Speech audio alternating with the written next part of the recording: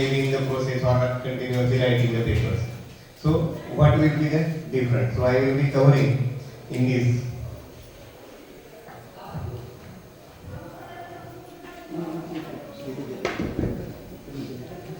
I will be covering in this very first the research.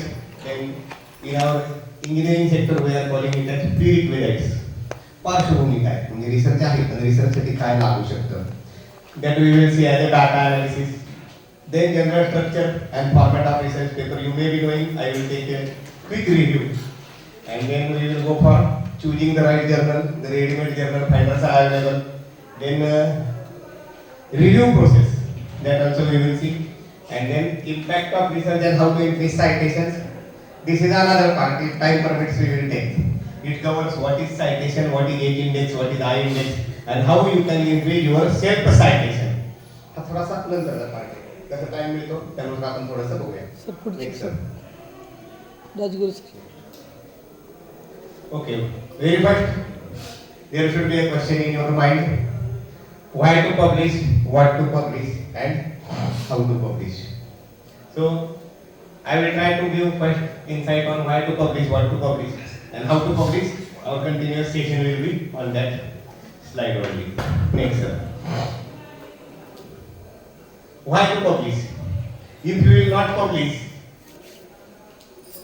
then you will not get connected. So, getting connected with other research scholars. This is very. I am working on one of the field. Maybe in humanities, maybe in geography. Now I come to know there is a commerce, BBA, BCA, science, etc. So whatever my field may be, on which field I am working, it should get connected to others. Number one. Then publishing the paper adds value to your work and getting appreciation and publicity.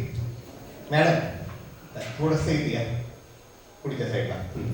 Okay. So add value to your work and help getting appreciation and publicity. Madam मी आता जे introduction केलं त्याच्यामध्ये माझे number of papers publish citation वगैरे हा काय झाला चेरी ऑन द केक झाला आणि पब्लिकेशन वाढवानंतर हे पुढचं आपोआप तुमचं होत जाते. वी विल गोइंग मिक्स मोड. दोन्ही लँग्वेज आपण या ठिकाणी थोडंसं वापरतो. त्यानंतर सेट ऑफ नॉलेज डाटाबेस. जेवढे तुमचे पेपर जास्त पब्लिश होतील तेवढा तुमचा नॉलेज डाटाबेस वाढत आहे. तुम्ही एका डोमेन मधनं करता वेगवेगळ्या डोमेन मध्ये करू शकता. Not publishing is like manufacturing a product and not launching it. मी एखादं प्रोडक्ट मॅन्युफॅक्चर केलंय पण मी ते लॉन्चच करत नाही. ते सेम केस आहे जर तुम्ही पब्लिश करत नसाल तर. आणि अपग्रेडेशन ऑफ वन्स नॉलेज एखाद्याचं नॉलेज एरिया नॉलेज वाढवण्यासाठी आपल्याला या ठिकाणी उपयोग होतो. These are the some of the reasons why to publish. आणि there are some hidden reasons that also that I have not included as a part of this slide but API or some calculations for some other things you require. Every yearly you are also going for that annual pattern. You are also following that UGC or AICTE pattern. For that also this will help. पण त्याच्यासाठी आपण करायचं. आपण थोडंसं वेगळ्या अँगलने याच्याकडे बघूया. Next. What to publish? I have highlighted some of the pointers. I request madam if you want I will provide slides. त्यातलं काही माझं नाही. सांगायची स्टाईल फक्त माझी. मी स्लाइड राजगुरू सरांना देतो. तुम्ही घ्या फोटो काढू नका. लक्ष द्या. त्यातलं वैयक्तिक असं मी तयार केलेलं वगैरे असं काय नाहीये. तसं म्हणजे त्यात काय नाही जगात सगळं अवेलेबल आहे. मी फक्त थोडीशी मेहनत घेऊन सेट ऑफ कलेक्शन केलेले ते टाकले आहे. तुम्हाला पाहिजे असेल तर सरांना देतो. तुम्हाला वैयक्तिक पाहिजे वैयक्तिक पण देतो. No shortage of work that might be publishable. असंच नाही म्हणजे शॉर्टेज नाही ते फक्त अप्रोच काय आपला थोडासा अप्रोच बघायचा दृष्टिकोन बदलला पाहिजे. मग सरांनी दाखवलं तुम्ही किती आता त्यात होतं चप्पलचं एक डिझाईन सुद्धा त्यांनी पेटंट केलेलं आहे. आपण असं विचारच करू शकत नाही की हे पेटंट होऊ शकते. Like that it is there. Some idea related to your subject of interest of solution to society or technical problem. एखादा तुम्ही खरोखरच लॅबमध्ये काम करताय that can be publish on subject of societal interest. It is very important. There is a good waiting. A case study long systematic review. Sir आम्ही arts मधले आम्ही humanities मधले वगैरे मी तुम्हाला एक एक्झाम्पल दाखवणार आहे चांगले चांगले. आम्ही काय पब्लिश करू शकतो. एखादा रिव्ह्यू पेपर लिहिला आहे let it be 6 months 200 to 250 चांगल्या पद्धतीचे सायटेशन तुम्ही त्यात टाका. साईट करा चांगल्या चांगल्या लोकांचे वर. तुमचा पेपर चांगल्या जर्नलमध्ये वेब ऑफ सायन्स मध्ये पब्लिश होऊ शकतो. थोडीशी मेहनत घ्यावी लागणार आहे. स्वतः काय करायचं नाही फक्त अनालिसिस करून क्रिटिकल अनालिसिस घ्यावं. Then detail description of laboratory based work. Those who are performing experiments for them it is good. Then observational study It is also possible any study done in a systematic manner. तुम्हाला काय तर conclusion आणलं असेल, तुम्ही काय तर predict करू शकत असाल, हे आपण सगळ्या पद्धतीने करू शकतो. आता स्पेसिफिक ब्रांच स्पेसिफिक परत आपण येणार आहे. एक एक पेपर मी म्हणजे आर्ट्स रिलेटेड किंवा ह्युमॅनिटीज तुम्ही काय म्हणायचं म्हणा त्याच्या रिलेटेड एखादा घेतलेला आहे, जिओग्राफी रिलेटेड एखादा आहे, आणि सायन्स तर काय घ्यायची गरज नाही. सायन्सचे आपण भरपूर एक्झाम्पल असे पण घेऊ शकतो. Next buzzword academics, very very important. थोडंसं पटेल थोडंसं पटणार नाही. Publish or perish. Perish dictionary meaning now Rajguru सरांचं स्पेसिफिक इन इंग्लिश, नष्ट होणे, खतम होणे, whatever. So the scenario is like that you will be become stagnant. तुम्ही एका जागेत राहणार आहे if you will not get publish standard. So if you want to improve your performance not only in academics, in the graduate life, in new academics, and for academicians who are working here for last many years, for them also publication is important. It is need of the era. And once again I am telling, there are no boundaries at all. आम्ही इंजिनिअरिंगचे नाही, आम्ही सायन्सचे नाही, आमच्यात होऊ शकत नाही. मी तुम्हाला एक पेपर असा दाखवतो वेब ऑफ सायन्सला झालेला. ते पेपरचं टायटल वाचल्यानंतर तुम्ही म्हणणार सर ह्यात पण पेपर होऊ शकतो, माहित नाही आम्हाला, म्हणजे अशा पद्धतीने आहे. Next now coming to what is research. Research, there are many actual definitions. We will have some one or two. Method of studying problems where solutions are derived partly or fully. One of the problem is that I will give 10% solution, 50% solution, or 100% solution. Number one, or I will give some part solution. And second, research is systematic effort to gain a new knowledge. परत मी सांगतो ज्याकडे परत मी सारखं काय सांगतोय. I know that you are having the humanities, then English like, then geography, history like that, BA, BCom, etc. Therefore, I am telling you can take second definition also to gain a new knowledge, new insight. That is also one of the research. If you see the diagram, काय graph Bing दाखवले, chart दाखवले, काय दाखवले. मग actual पेपरकडे जायच्या आधी थोडंसं आमच्याकडे एक इंजिनिअरिंग मध्ये आहे पुढचा धडा, प्रकरण, चॅप्टर तुम्ही काय म्हणत असाल ते, किंवा पुढच्या वर्षीचा विषय शिकवायच्या आधी आम्ही थोडंसं मागच्या वर्षी त्या धड्याला लागणारं रिकॅप घेतो. रिकॅप म्हणजे त्याला रिकॅप म्हणण्यापेक्षा आपण त्याला थोडंसं प्री रिक्विजाइट्स घेतो, काय पार्श्वभूमी त्याला लागू शकते. Like that same I will say here. Next primary data and secondary data. तुम्हाला माहित असेल तरी पण थोडंसं क्लिअर करतो. Primary data that you are actually collecting through laboratory measurement, number one, through field observation, number two, through question आहे. Question आहे माहिती, रिटर्न असतील, ओरल असतील, आजकाल गुगल फॉर्म आहे, tick tick tick whatever. And then interviews असतील. Opinion is opinion polls. मी तुम्हाला आता बसल्या मोबाईल एक सोडू शकतो, तुम्ही फक्त त्याला पोल द्यायचा की कसं चाललंय lecture, yes, good, no, bad, असं whatever. And then schedules. ती जर डायरेक्ट डाटा ज्या ठिकाणी घेतला जातो त्याला प्रायमरी डाटा म्हणतात. Secondary data taking from technical publication, government handbooks, data set, standards, official published by government of India, etc. etc. त्याला म्हणायचं सेकंडरी डाटा. हे मी काय सांगायचो, डायरेक्ट रिसर्च पेपरकडे जेव्हा करून फायदा नाही, थोडीशी पार्श्वभूमी असली पाहिजे. So this you call it as with data you will collect, you will call it as a primary data, and you will take the data from the many sources, central government, state government, or any of the research organization. अशा organisation आहेत तुमच्याकडे, बीबीआय आहे म्हणून सांगतो, MA master of business administration मध्ये organisation आहे. They are doing the data for let us say Pune city. Pune city मध्ये लोकांची खायची आवड कशी आहे याचा त्यांनी सर्वे करतात आणि त्याचा डाटा त्यांच्याकडे ठेवतात. तुम्हाला पाहिजे असेल दे मे सेल यू और they may ask for subscription. Sell हा बरोबर शब्द नाही आहे, सबस्क्रिप्शन तुम्हाला घे म्हणतात, जेणेकरून तुम्हाला तो डाटा मिळू शकेल. असे आपण वेगवेगळ्या प्रायव्हेट गव्हर्नमेंट फंडिंग एजन्सीकडून डाटा घेऊ शकतो. Next, there are different research tools. Particularly, Dr. Rajguru sir told me you don't go maximum quantitative way. Focus on some qualitative approaches because it is meet very required for your college beta. It is more inclined with qualitative approaches. So, questionnaire you can go for indirect gathering data without a face to face. Questionnaire तुम्ही घेऊ शकता. Number 2, interview you can collect. Number 3, observations you can go for. Number 4, rating scale. These are the some of the tools that I have mentioned for collection of data. ठीक आहे, आता data collection झालेलं आहे तुमचं, analysis करायचं, त्या डाटाचा उपयोग केला तर फायदा आहे, नाहीतर डाटाचा काही फायदा नाही. What I will go for? I will go for description. What type of data it is? I will try to segregate in different ways. Then second is measurement, constructive quantity and intensity of variation of your data. तुम्हाला काहीतरी pattern मिळते. तुम्ही bar chart काढता, तुम्ही rough काढता, आणि जर सगळ्यात बेस्ट एक्झाम्पल बघायचं असेल तर काय बघता तुम्ही? आता झालं 2 दिवसापूर्वी 16 तारखेला दिवसभर टीव्हीवर एकच चालू होतं, न्यूजचे रिझल्ट होते. सगळ्या प्रकारचं the best explanation of the data analysis tools you can observe. Polls आले ते बघा, अदरवाईज निवडणुकीचे निकाल बघा, काय वापरतात ते बार चार्ट्स आहेत. पूर्ण महाराष्ट्र घेतला तर बोल केलं नाही. Again in that some of the parts आपण काय म्हणतो त्याला party wise etcetera. So don't go in that detail, आपल्याला तिकडे जायचं नाही. You just take example the data representation and data analysis. So this is important. Generation and prediction. Then I will predict. अजून एक डाटाचं चांगलं एक्झाम्पल घ्या. If you are investing in one of the share market, it is like this. And again last 6 months, it is like this. तुम्ही आता विचार करणार ना, हा असा होतोय का असा होतोय.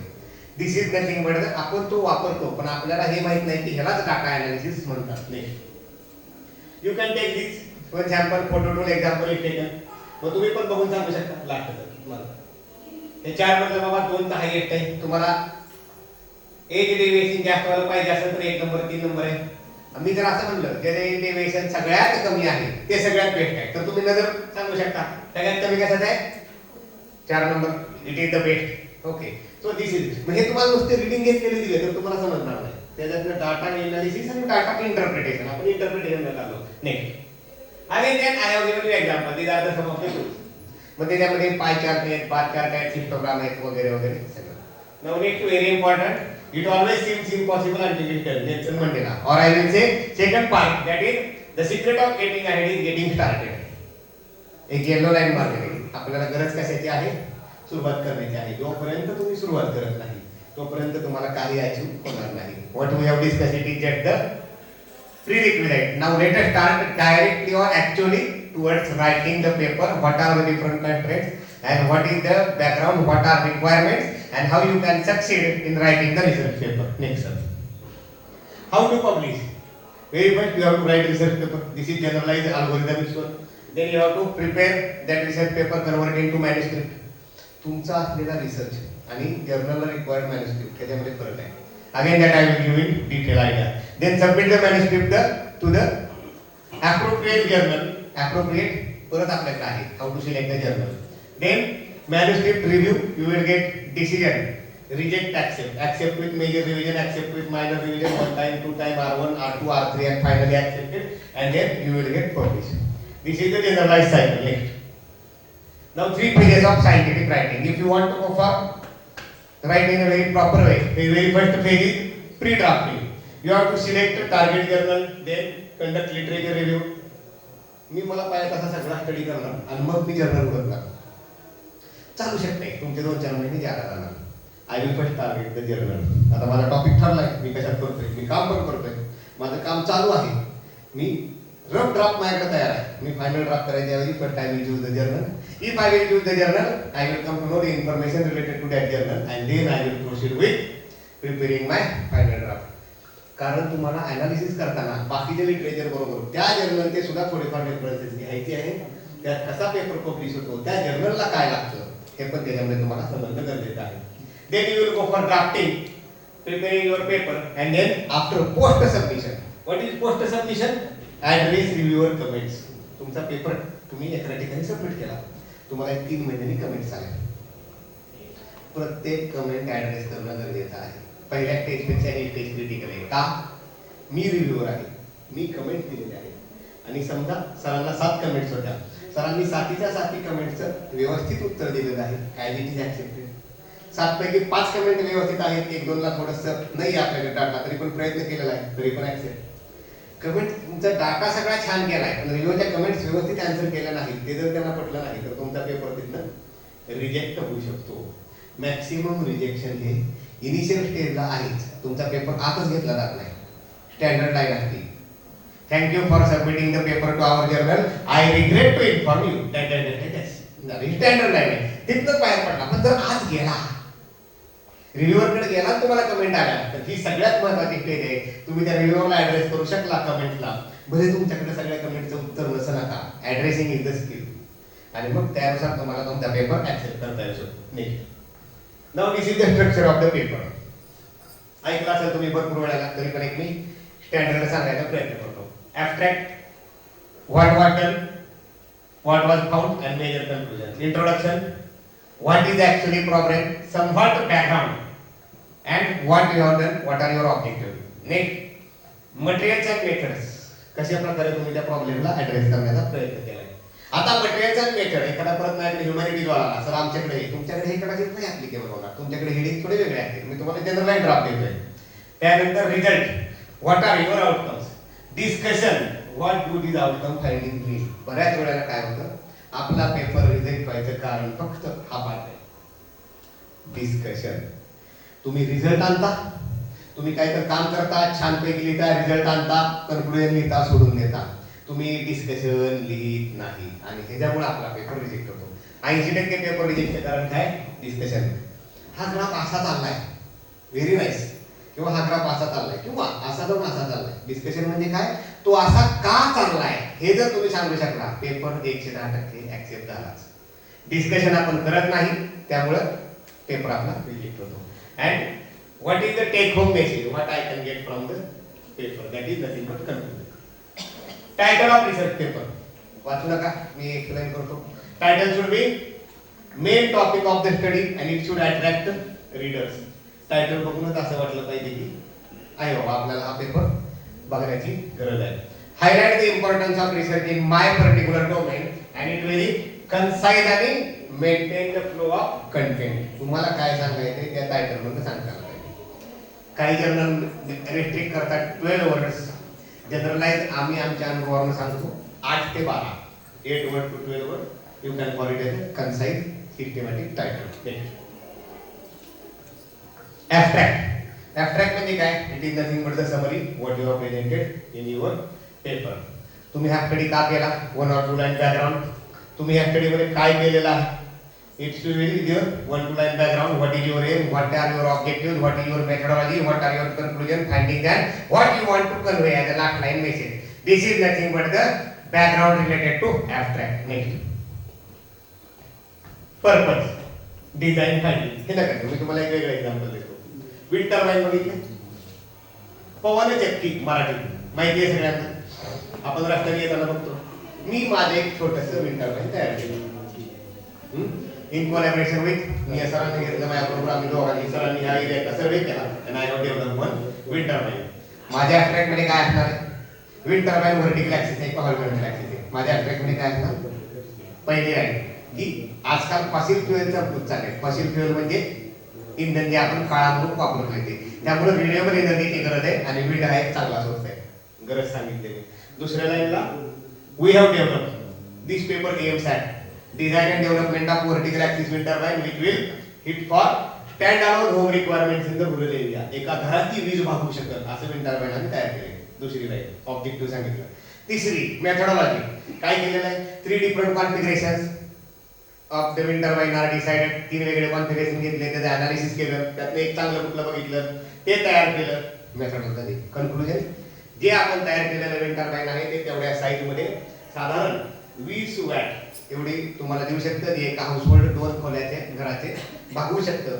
आणि शेवटची लाईन, त्यामुळे हे विंड टर्बाइन आहे हे रिन्युएबल एनर्जीला कॉन्ट्रीब्यूट करते आणि सध्या एक सगळ्यात जबरदस्त ट्रेंडिंग टॉपिक आहे. तुम्हाला कुठे जर जायचं असेल तर एवढी एक लाईन घ्यायची बघा, तुम्हाला म्हणणार माहिती आहे सस्टेनेबल डेव्हलपमेंट गोल्स. किती गोल्स आहेत सस्टेनेबल डेव्हलपमेंट कुणाला माहिती, 17. So my work is in line with the clean life.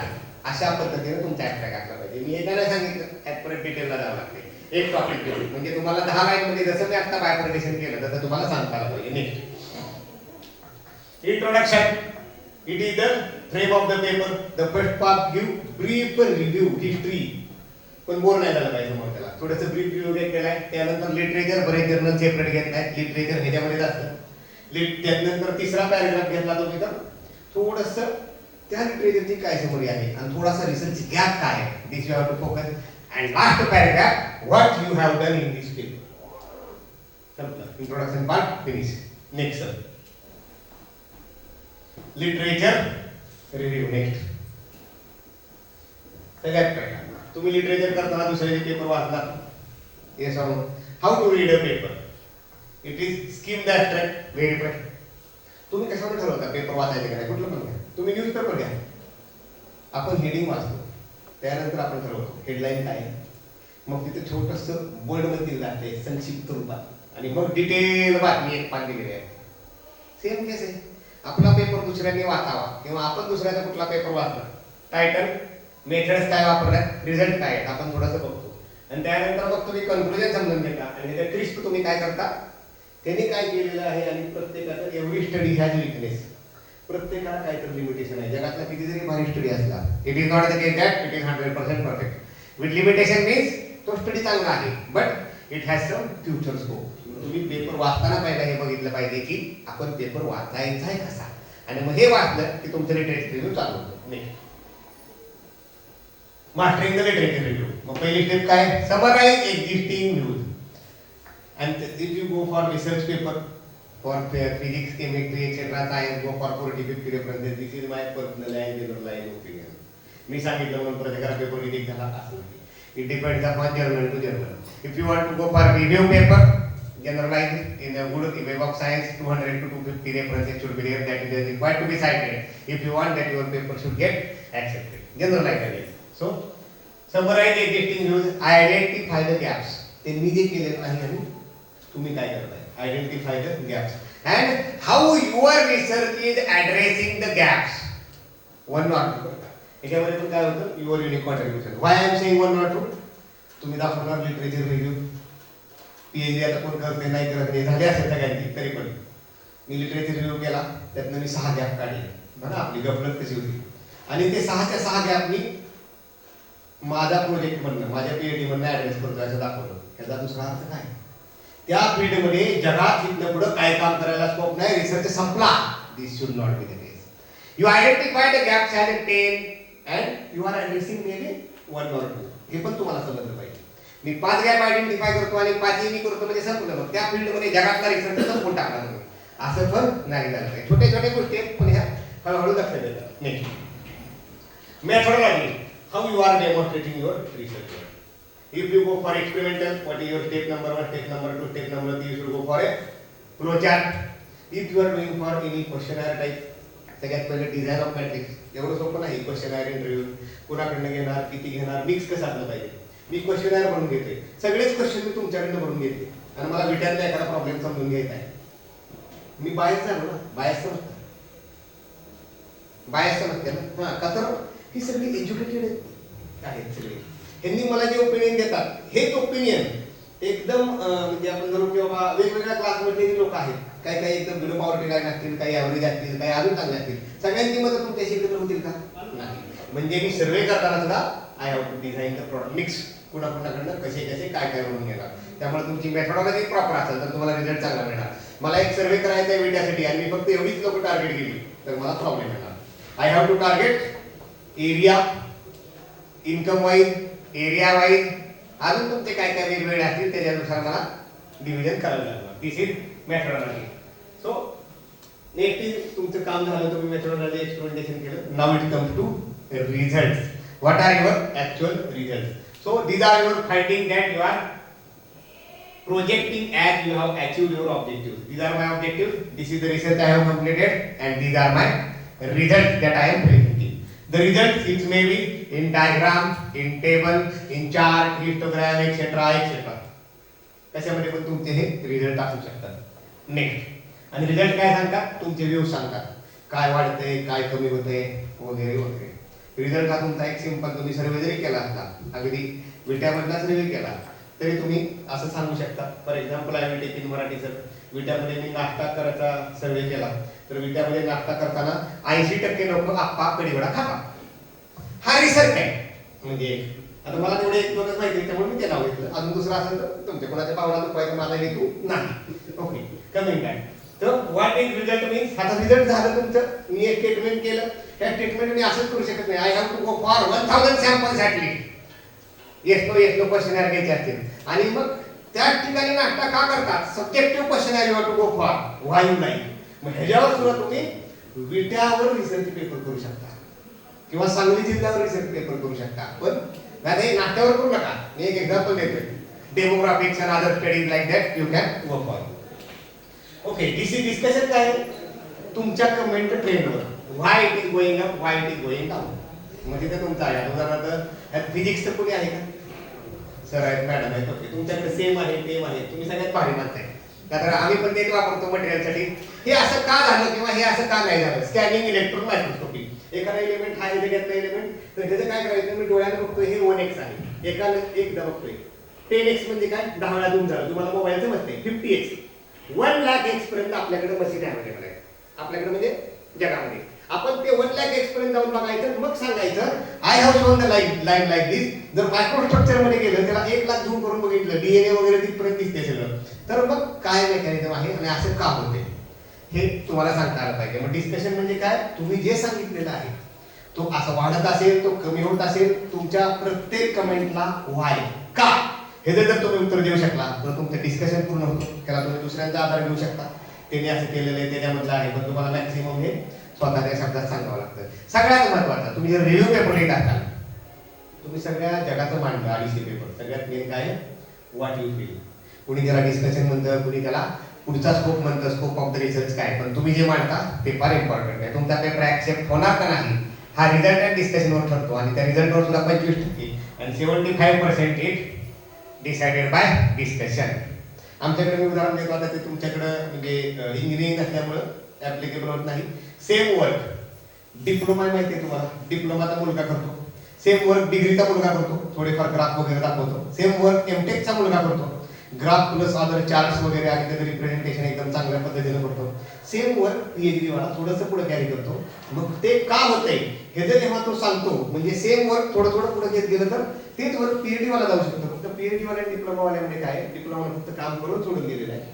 BTech वाल्यांनी थोडंफार त्याचं एक्झॅजरेशन केलेलं आहे. एमटेक वाल्यांनी ग्राफ काढले पण डिस्कशनचा 10-20% पार्ट केलेला आहे. आणि पीएचडी म्हणजे 100% डिस्कशनचा त्यांनी प्रयत्न केलेला आहे वेगवेगळ्या टेस्ट वापरून. हा फरक आहे. म्हणजे सेम एक्झाम्पल तुम्ही एवढ्या लांबपर्यंत एक्सटेंड करू शकता. आता मी मुद्दा एक्झाम्पल का देत नाही, इंजिनिअरिंग बॅकग्राऊंडचे एक्झाम्पल मला इथे द्यायचं नाही. Next conclusion to sum up your findings, what you have find out of this, highlight the significance of the outcomes from the study. नुसतं सांगायचं नाही, what is the significance, what you have achieved, that you have to discuss the limitations. असं नाही की तुमच्या स्टडीला limitation नाही. You have to tell that these are my limitations and this is the scope for future scope. If anybody want to carry the research in this area, then you can consider these are the limitations and you can continue the research in this domain by considering these are the limitations. Then they indicate whether future research is needed. सगळ्यात महत्त्वाचं काय काम होऊ शकतं. Then make recommendation that are feasible. मग तुम्ही recommend करणार, आणि हे रिकमेंडेशन म्हणजे आपण जे रिसर्च करतो आपण सुद्धा दुसऱ्याच्या रिकमेंडेशनवरच करतो, त्यामुळे हे फार महत्त्वाचं आहे. Next references. एकच लाईन सांगेन, जर्नलचा फॉर्मॅट बघून रेफरन्सेस द्या. You choose the journal, clear cut guidelines are given.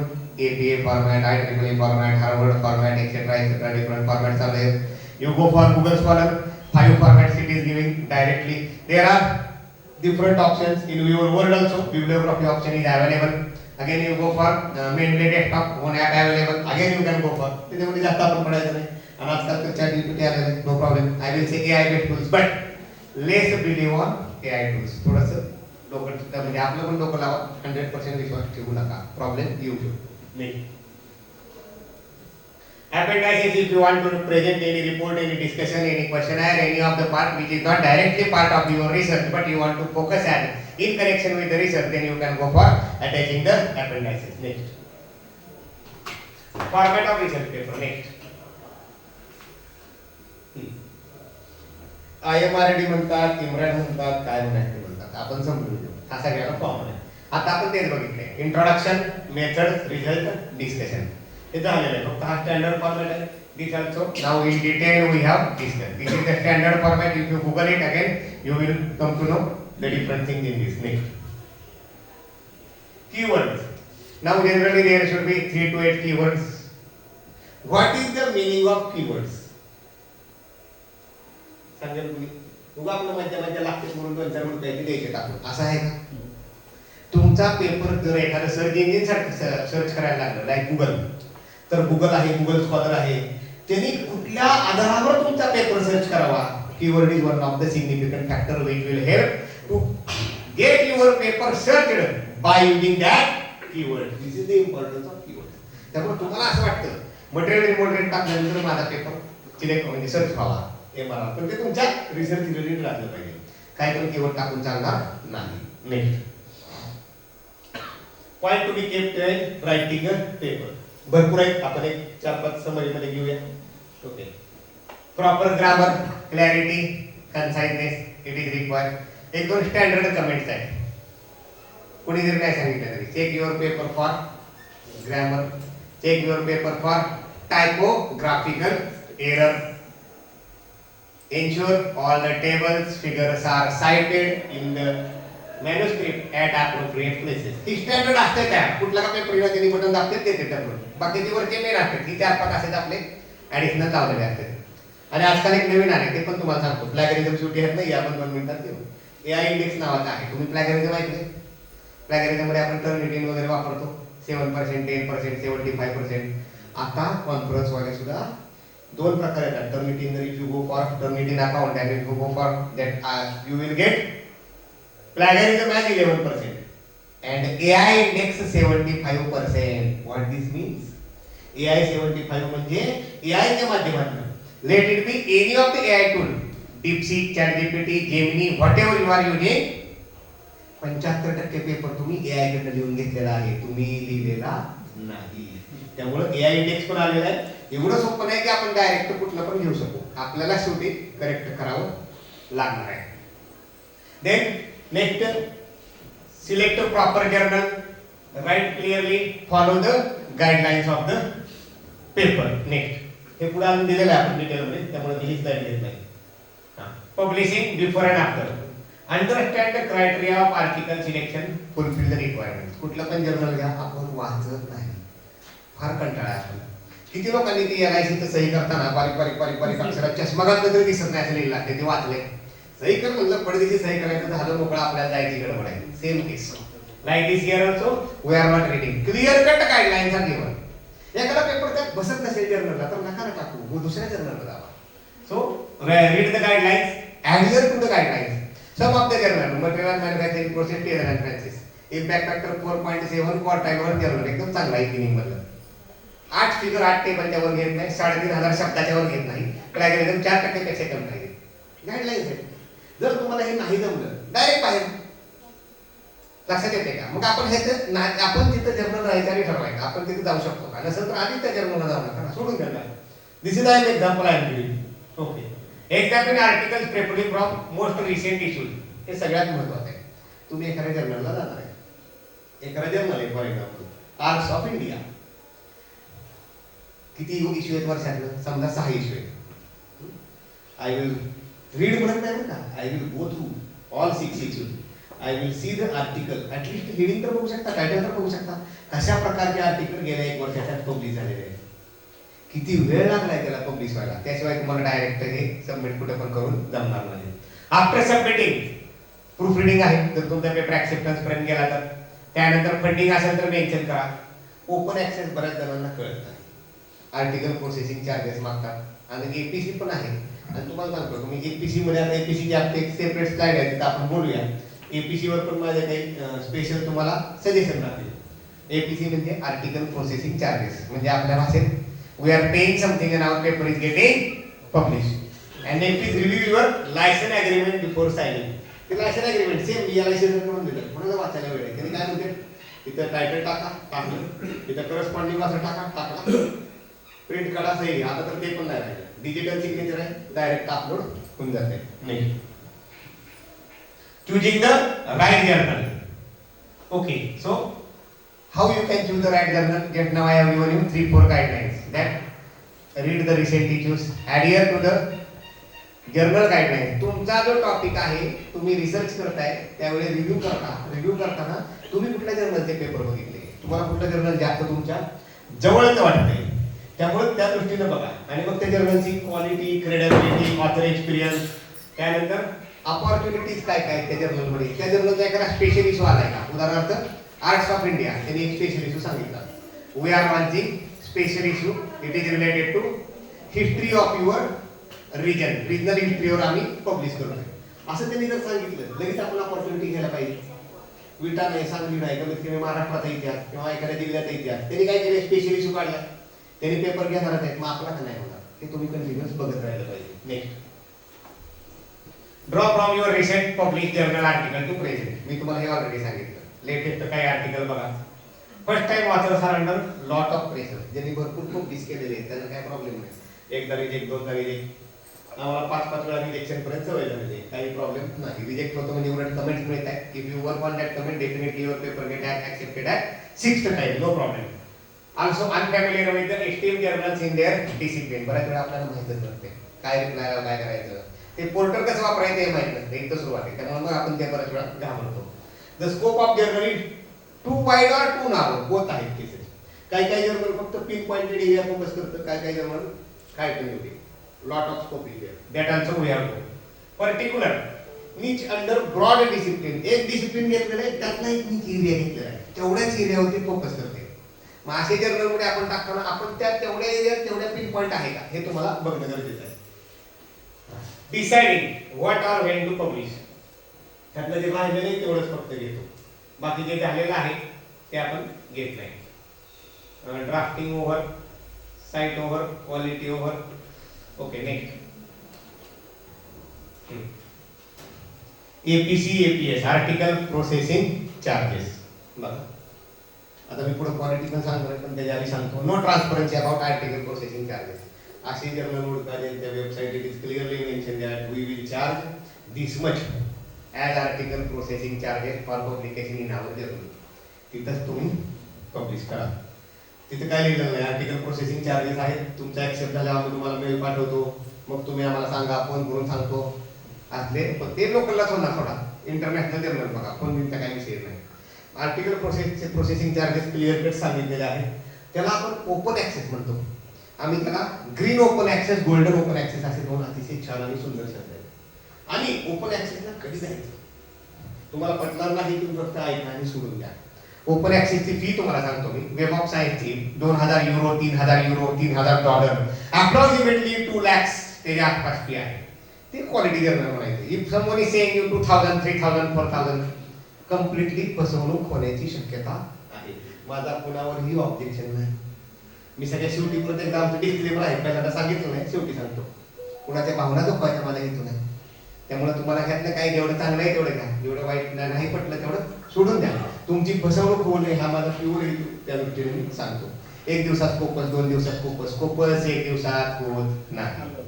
जर प्युअर इंडेक्सिंग मधला चांगला असेल आणि होत असेल तर लेक्चर मला पण सांगा, मी पुढच्या लेक्चरमध्ये ती ऍड करतो. स्कोपस 1 दिवसात होत आहे, मला काय अडचण नाही, मी माझ्या डाटाबेस वाढवतो.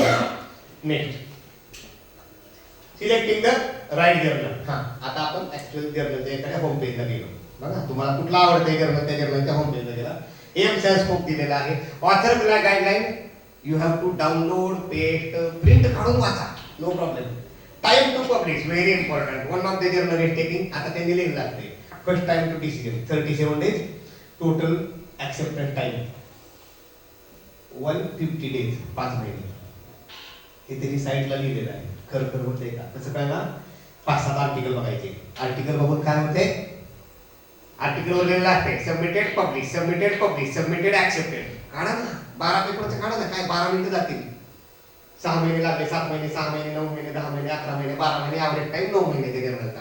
म्हणजे त्यांनी जरी 5 महिने म्हणत असतील तरी खरं तर किती लागते, 9 महिने, 10 महिने हा त्याचा टाइम आहे. त्याच्यात आपण काय होतो, पॅनिक होतो. मग त्यांनी 37 दिवस म्हणले, माझा 1.5 महिना झाला, 2.5-3 महिने झाले, मला रिप्लाय नाही आला, त्याच्यावर जायचं नाही. स्टडी करायचा मागच्या काही पेपरचा, त्यानुसार होणार नाही. What is impact factor, what is peer review process, single blind, double blind. आजकाल सगळीकडे डबल ब्लाइंड आहे. पीअर रिव्ह्यू प्रोसेस असते. पब्लिकेशन टाइम, ऍक्सेप्ट झाल्यानंतर त्याची जर 2च व्हॉल्यूम निघत असतील वर्षाला तर तुमचा आत्ता ऍक्सेप्ट होतो आणि तुम्हाला व्हॉल्यूम कुठलं मिळते, जानेवारी 2027. बघा मी काय सांगतो, असं होतंय. 2च इश्यू निघते आणि त्याचे 12 इश्यू निघते लगेच February 2026. Same journal, same paper, तुमचा 2 जर्नलमध्ये सेम होत नाही. लेटेस्ट आहे तुमचा पहिला पेपर एका जर्नलमध्ये झाला, दुसरा एका जर्नलमध्ये झाला. One of the journal is giving you next year director. तर त्यांच्याकडे तेवढं बुकिंग आहे, त्यांनी वर्षातला 2च इश्यू काढतात. त्यानंतर quality of reproduction, likelihood of acceptance. What is my paper, my angle, my writer, my topic is incline with the journals paper accepted here before last 2-3 years. अशा पद्धतीचा कुठला पेपर गेला 2-3 वर्षात किती पेपर तिथे ऍक्सेप्ट झाले आणि त्यांचा टाइम काय. आणि त्यानंतर well index that also we will discuss. You will go for only two, Scopus आणि वेब ऑफ सायन्स. तुमच्या चांगल्यासाठी हे दोन चांगले.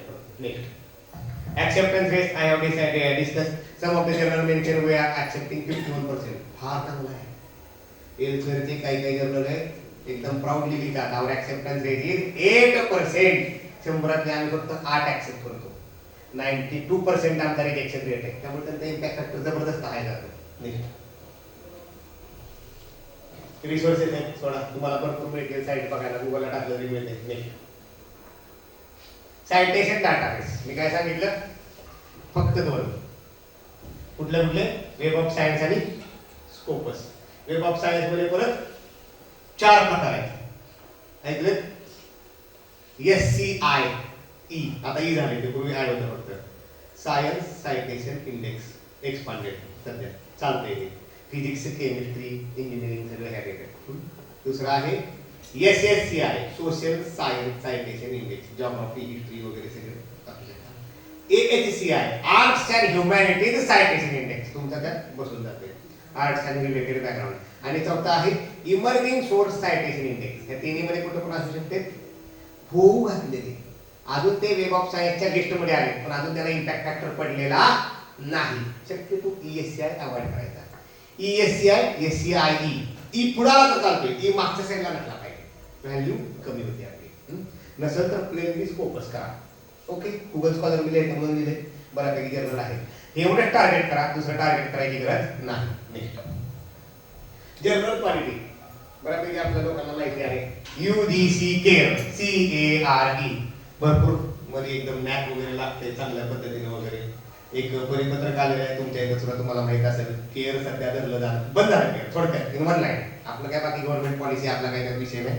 केअर जर्नलचा काही विषय नाही. केअर जर्नल जाणार नाही. तुम्हाला जर एखादा आता म्हणत असेल केअर मध्ये करतो वगैरे, त्यांना म्हणायचं द्या करून. तुम्हाला करूनच घ्यायचं असेल, कोणाचा सपोर्ट घ्यायचा असेल, ही GRC suggesting one of the good journal, Scopus or web of science, दोनच कॅटेगरी. तिसरं बोलूच नका म्हणायचं. आता एवढं चांगलं आहे तर मग आपण चांगल्या ठिकाणी करूया. Next database is Scopus database. 44,000 च्या आसपास तिथं जर्नल आहे. Next database. Next Web of Science. मी तुम्हाला 4 कॅटेगरी सांगितल्या, तुम्ही फोकस करू शकता. आर्ट्स अँड ह्युमॅनिटीज जर्नल सापडत नाही म्हणायचं नाही, भरपूर जर्नल आहेत, आपण थोडंसं ओळखलं पाहिजे. Next journal selector, journal finder वापरू नका, पण सांगा माझं काम आहे. मला पुढे journal selector, journal finder. Next Elsevier journal finder. माझ्याकडे ऍब्स्ट्रॅक्ट तयार आहे, कीवर्ड तयार आहे, मी यात टाकणार. मला अंदाजे कुठल्या जर्नलला मी टाकलं पाहिजे हे त्यांनी सांगितलं. हे किती तुम्ही घ्यायचं, मग तुम्ही काय करू शकता, इनिशियल स्क्रीनिंग वापर करू शकता. मग त्यांनी जे जर्नल सांगतील त्या जर्नलमध्ये तुमच्या रिलेटेड किती पेपर झाले तेथून परत बघायचं. पण सुरुवातीला तुम्हाला जर वाटत असेल मी ऑनलाईन टूल्सची मदत घ्यावी, this is first tool Elsevier. Next Edanz, हे पण सांगते. नेक्स्ट जेन म्हणा, जानी म्हणा, no problem. This is also one of the tool. Open database आहे, हे पण तुम्ही ॲब्स्ट्रॅक्ट टाकला तर तुम्ही कुठले जर्नल प्रेफर केलं पाहिजे ते सांगते. Next IEEE electric electronics engineering related. Journal guide सध्या साईट अंडर मेंटेनन्स आहे, पण तुम्ही हे पण वापरू शकता. सध्या तुम्ही साईटला गेला तर त्यांनी म्हणतात की आम्ही वर्क करतोय सध्या पण त्या साईट. नेक्स्ट आता हे मी तुम्हाला जर्नल सांगितलं, तुमच्या एरियातले घ्या. त्याच्यामध्ये AI performed by listener like music less when they think it was performed by AI. हे आहे रिसर्च आर्टिकल. रिसर्च आर्टिकल आहे एम्पिरिकल स्टडीज ऑफ आर्ट. हे आहे arts and humanities citation index, web of science index. मुद्दाम तुमच्यातलं example घेतलेलं आहे. काय केलेलं आहे या ठिकाणी, पियानो. पियानो माहिती, the piano is play by a human and by with the help of artificial intelligence. 120 audit म्हणजे ऐकायला लोक बसवलेले आहेत, आणि तो पियानो माणसाने वाजवलेला आहे, आणि तो पियानो AI ने वाजवलेला आहे. आणि काय रिपोर्ट केलेला आहे, की फाइंडिंग ह्युमन, जे ह्युमनने वाजवलेला आहे, more likeable, more engaging, more emotionally positive. आणि जे AI ने वाजवलेलं आहे तिथं तेवढं लोकांना चांगलं किंवा पटलेलं नाही. मग त्याच्यामध्ये काय प्रॉब्लेम झाला त्यांचा, बाबा डायनामिक रिस्पॉन्स किंवा थोडासा निगेटिव्ह रिस्पॉन्स त्यांचा वाटलेला आहे. मेलोडी सेम होती, म्युझिक सेम दिलं होतं, आणि बोल सुद्धा सेम होते, जे काय वाजवलं ते दोघांनी समान वाजवलं, तरी पण लोकांना एआयचं पटलं नाही. लोकांनी काय घेतलं, ह्युमन चेहऱ्याला जास्त पसंती दिलेली आहे. सायकॉलॉजी बघा, आता हा तुमच्या रिलेटेड आहे. नाही, हा तर तुम्हाला फार आवडेल. Understanding musical beauty. तुम्ही सांगा, म्युझिकचा उदय कधी झाला? 400 वर्ष, 500 वर्ष झाला असेल, म्हणजे मलाही माहित नाही अंदाजे. पुरातन काळापासून आपण म्युझिक ऐकतोय. विचार करा, 2025 साली हा empirical studies of arts web of science journal आहे, तिथं हा पेपर पब्लिश होतो. काय लिहिलंय फक्त? Understanding musical beauty. Musical beauty काय आहे, ऐकणाऱ्याला कसं वाटतं, किती छान वाटतं ते. म्हणजे तुम्ही जे म्हणाल ना की बाबा सर आम्ही काय रिसर्च करू, आमच्याकडे टूल्स नाहीत किंवा आम्ही सायन्स बॅकग्राऊंडचे नाही, काय कुठं सायन्स आहे? तुम्ही एखाद्या म्युझिक काय आनंद घेऊ शकता? What is done here?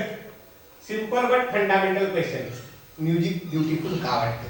काय मेकॅनिझम आहे त्यामध्ये? मग इथं काय केलेलं आहे, समेटिव्ह असेसमेंट आम्ही त्याला म्हणतो. म्हणजे तुम्ही descriptive type, tick tick tick किंवा असं ऑब्जेक्टिव्ह टाईप नाही घेतले, डिस्क्रिप्टिव्ह टाईप क्वेश्चन दिलेले आणि ती लोकांना दिलेली, आणि तुम्हाला एखादं म्युझिक ऐकल्यानंतर काय होतं ह्याच्याविषयी क्वेश्चन तयार केली आहे. त्या क्वेश्चन स्टडी करून एक अनालिसिस मांडण्यात आलेला आहे. Intrinsic features, melody, harmony, structure, timbre. आणि एक्सट्रिन्सिक फीचर्स, बाह्यवाले, इमोशन्स, फिलिंग्स, पर्सनल इम्पॅक्ट. याचा अभ्यास करून पेपर मांडणी करण्यात आलेले. तुम्ही सांगा काय वेगळं वाटतं तुम्हाला? एक बेसिक जर बघितलं, अंडरस्टँडिंग म्युझिकल ब्युटी, काही वेगळं वाटत नाही, पण तरी पण आपण पेपर चांगल्या पद्धतीनं करू शकतो. काय अडचण? म्हणजे तुम्हाला हे मी आर्ट्सची उदाहरणं का घेतलीत मुद्दा, तुम्हाला असं वाटू नये की आर्ट्स, इंग्लिश, सायन्स आपण कशावर पण काम करता येते, फक्त तुमच्या काय थोडीशी तयारी पाहिजे. नाही, पुढचा आहे इंजेक्टेड अर्बनिझम, एक्सप्लोरिंग इंडिया अर्बनायझिंग पेरिफेरी. शहरीकरण झालेलं आहे. बिहार आणि पश्चिम बंगाल 2 राज्यांचा अभ्यास केला गेलेला आहे. आणि शहरीकरण कसं होतं, त्यात कुठल्या कुठल्या गोष्टींचा फरक पडलेला आहे. टिपिकल हा जिओग्राफिकचा रिलेटेड टॉपिक घेतलेला आहे. आणि मग त्याच्यामध्ये this also if you go again journal is Web of Science, SSCI Social Science Citation Index journal आहे.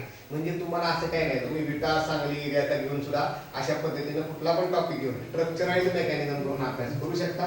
तुमचे पेपर आरामात इझिली त्या जर्नलमध्ये पब्लिश होऊ शकतात. नेक्स्ट, सायन्सचं एक्झाम्पल द्यायची गरज नाही. Volumetric and surface properties of short alcohol water mixers. Alcohol water mixer केलं काय वेळ आहे का? सिंपल मेकॅनिझम आहे. त्याच्यामध्ये काय सरफेस प्रॉपर्टीज बदलल्या, सिम्पलेस्ट स्टडी दाखवायचा मी प्रयत्न केलाय. एकदम हाय फाय स्टडी, SEM, TM वगैरे, अजून वेगवेगळे डायग्राम, अजून काय रमन प्लॉट ना सर, रमन प्लॉट वगैरे एवढं नको आपल्याला. सिम्पलेस्ट स्टडी आपण दाखवलेला आहे. आणि एवढ्या सिंपल स्टडीमध्ये सुद्धा तुमचा SCI web of science top most category त्याच्यामध्ये पेपर होऊ शकतो. थोडंसं सायंटिफिक अप्रोच द्यायची गरज आहे. नेक्स्ट, सगळ्यात महत्त्वाचं काय, तुम्ही लेटेस्ट आर्टिकल बघितले पाहिजे. सध्याचे जर्नल काय ऍक्सेप्ट करते. तुम्ही आता पेपर करणार आणि 18, 19 ते 16चा आर्टिकल बघणार चालेल, पण तेवढं ऍक्सेप्टन्स रेटला फरक पडला. Next, review process I already given idea. You will submit the paper, it will go to first editor will assign reviewer review करतो, तुम्हाला कमेंट येतात, कमेंटला तुम्ही आन्सर देता, परत रिव्ह्यूअर असाइन होतो. आणि जर रिव्ह्यूअरने तुम्हाला ओके म्हणलं ऍक्सेप्ट, नाही तर रिजेक्ट. पहिल्यांदा पण ऍक्सेप्ट रिजेक्ट आहे, दुसऱ्यांदा ऍक्सेप्ट रिजेक्ट आहे, त्यानंतर प्रूफ रिडिंग आणि तुमचा पेपर फायनली ऍक्सेप्ट होतो. नेक्स्ट जे झालेले ते घेत नाही. पीअर रिव्ह्यू सांगितलंय. नेक्स्ट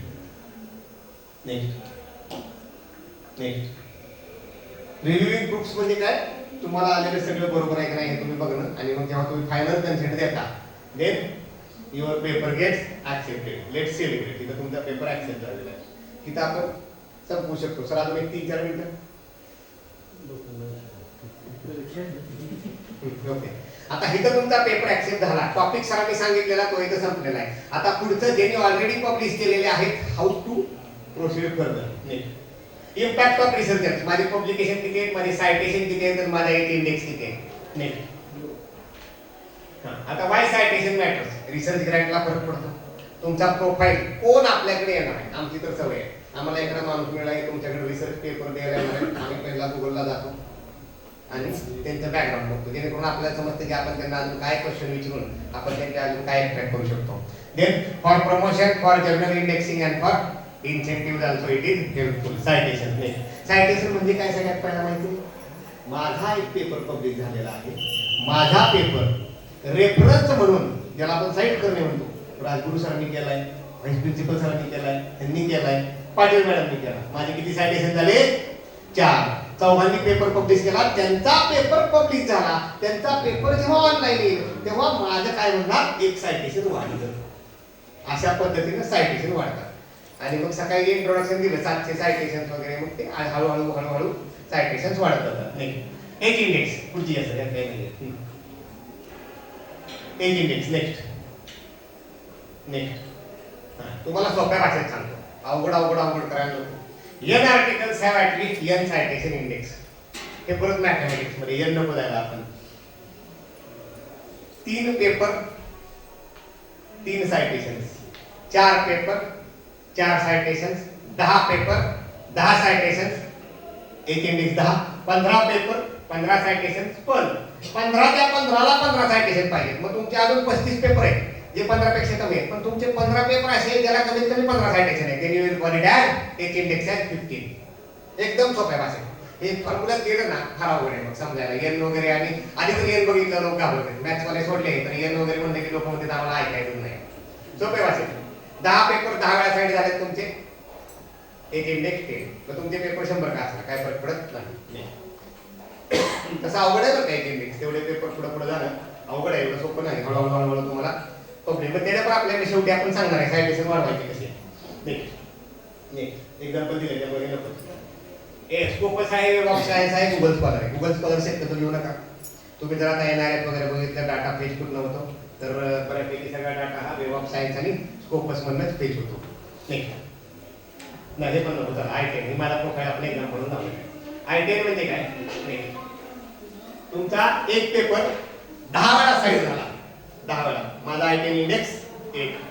माझा दुसरा पेपर आता एक जर 100 वेळा साईड झाला तरी I10 इंडेक्स 1च. आता 8 काय 10 वेळा.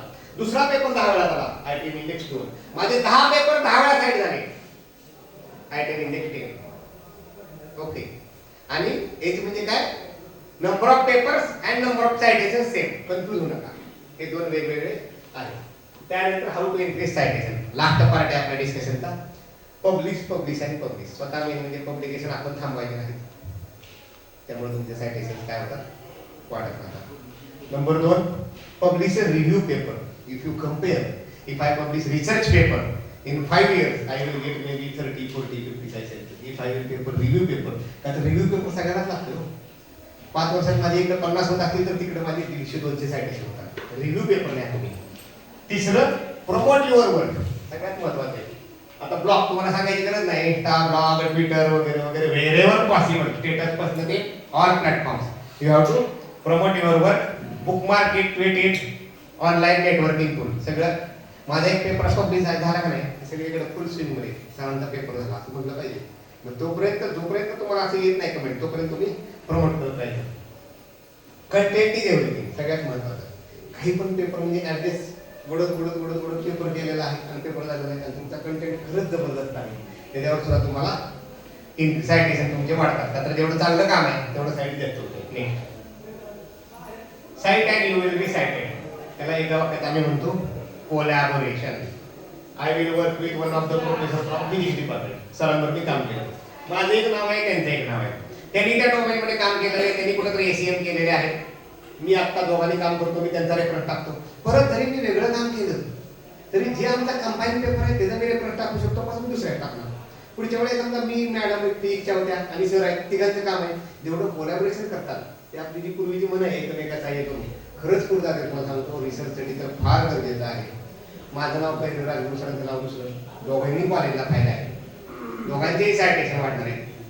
MOU ऍक्टिव्ह वगैरे ह्या गोष्टी नंतरच्या, पण जेवढं कोलॅबोरेटिव्ह करतात. आणि इंटरनल कोलॅबोरेशन एक आहे. एक्सटर्नल कोलॅबोरेशन जर केलं तर NAAC, NBA, NIRF सगळीकडेच फायदा. एक्सटर्नल कोलॅबोरेशनला तोडत नाही. You have to collaborate internal आणि external. Then publish where it counts. कुठे पण पब्लिश करू नका. Only Scopus and Web of Science. Make it open. थोडंसं अवघड आहे. ओपन ऍक्सेसला 1.5-2 लाख फी आहे. त्यामुळं माझं प्रेम म्हणणं आहे, कुणी सुद्धा पैसे भरून करा, जर्नलच्या नादी लागू नका. प्रचंड जर्नल मी आता तुम्हाला सांगितलं, वेब ऑफ सायन्सला जायचं, मास्टर लिस्ट म्हणायचं वेब ऑफ सायन्स मध्ये. फ्री आहे. स्वतःचं लॉगिन आयडी तयार करायचं, तुम्हाला सगळे जर्नल तिथं बघता येतात. रुपयाचा खर्च नाही. त्यातलं हुडकायचे हायब्रिडवाले घ्यायचे, म्हणजे ओपन ऍक्सेस, पैसे न भरता आणि पैसे भरून करा. ओपन ऍक्सेसकडे पळायचं नाही. आणि परत मी सांगतो, जे तुम्ही किरकोळ पैसे भरून करता ते सगळे वेबऑफ सायन्स असतील असं नाही. लोंडे जर्नल्स भरपूर आहेत, मी सांगायची काही गरज नाही. सेम असते, जर्नलचं नाव असते, आपलं नाव तेच असते, same web page, same journal, same number everything. मग त्या ठिकाणी तुम्हाला काय करायचं, स्कोपस असेल तर स्कोपसला जायचं, सीमागोला जायचं, सीमागोवरनं त्या जर्नलच्या लिंकवर क्लिक करायचं. तिथनं स्कोपस डाटाबेस मधनं जी लिंक ओपन होईल ते ओरिजिनल जर्नल, आणि दुसरं जर्नल तुम्ही मग काय म्हणायचं म्हणा, टू बेस म्हणा, टेक म्हणा, काय वाटेल चाळीस. Then choose your title carefully. Title असं घ्यायचं की कॅची टायटल, आपलं सगळ्यांनी बघितलं पाहिजे, अशा पद्धतीने टायटल चूज करायचं. ते पण एक स्किल आहे बरं का, की टायटल चूज कसं करायचं. त्यानंतर carefully choose keywords. I have given you idea. जो Google Scholar, any search engine will search your keywords. टायटलच्या बरोबर कीवर्ड सर्च होतात. तुमचे कीवर्ड जेवढे चांगले तेवढं तुमचं सायटेशन वाढायला मदत होते. Next, use consistent form of your name of all your paper. सगळ्यात महत्वाचं आहे. माझं नाव घेऊ का तुमचं? S P Rajguru, Santosh P Rajguru, Santosh Pundlik Rajguru, Rajguru S P, Rajguru Santosh P. नाही ना, ठरवा की एक ठरवलं. 100 पेपर असतील, 100 मध्ये सेम पाहिजे. हे तुम्हाला आता जाणवणार नाही जेव्हा स्कोपस डाटाबेस मधनं पेपर तुमचा सर्च होईल. माझे स्वतःचे नाव प्लस मायनस असलेले पेपर सर्च होत नाही, आणि आता मी जुनं नाव बदलू शकत नाही. हा प्रॉब्लेम आहे, तुम्हाला सांगतो. आता इथलं आहे Balwant college Vita. I don't know how you are writing, but Rayat Shikshan Sanstha Balwant college Vita, RSS Balwant college Vita, RSS B काय सी ते विटा. नाही ना, तुम्ही ठरवाय तुमचं कोड IPC वगैरे असतील काय लिहिलं पाहिजे. परत ते पेपर सर्च पण होत नाही, आणि हे होते आपलं भरपूर वेळ होते. पूर्ण नाव कसं नाव, तुम्हाला आमचं ऑब्जेक्शन काहीच नाही. आडनाव पहिले नाव, आपण तुमचं नाव पहिले ठेवा, नो प्रॉब्लेम ॲट ऑल. तुमचा हा जो प्रोफाईल आहे तो सगळीकडे पाहिजे. आणि मग विद्वान आयडी सर मला माहित नाही आहे का, असेल सगळ्यांकडे विद्वान आयडी, तर सगळे विद्वान आहेतच, त्यामुळे आयडी पण असेल, पण त्याचं प्रॉपर करून घ्या. जेणेकरून मी हे म्हणतो ना, आणि हे तुम्ही आता थोडंफार हसताय म्हणजे तुम्हाला हे जाणवत आहे की बाबा नावं वेगवेगळी टाकली जातात. आणि तुम्ही स्वतः टाकताय, जेव्हा मी कोलॅबरेट करतो, I will request Rajguru sir, I will request Patil madam, माझं नाव हे आहे असंच नाव टाका. ऍटलीस्ट जेव्हा ते प्रूफ रिडिंगला येते ना, तेव्हा पण तुम्हाला नाव बदलायचं असेल.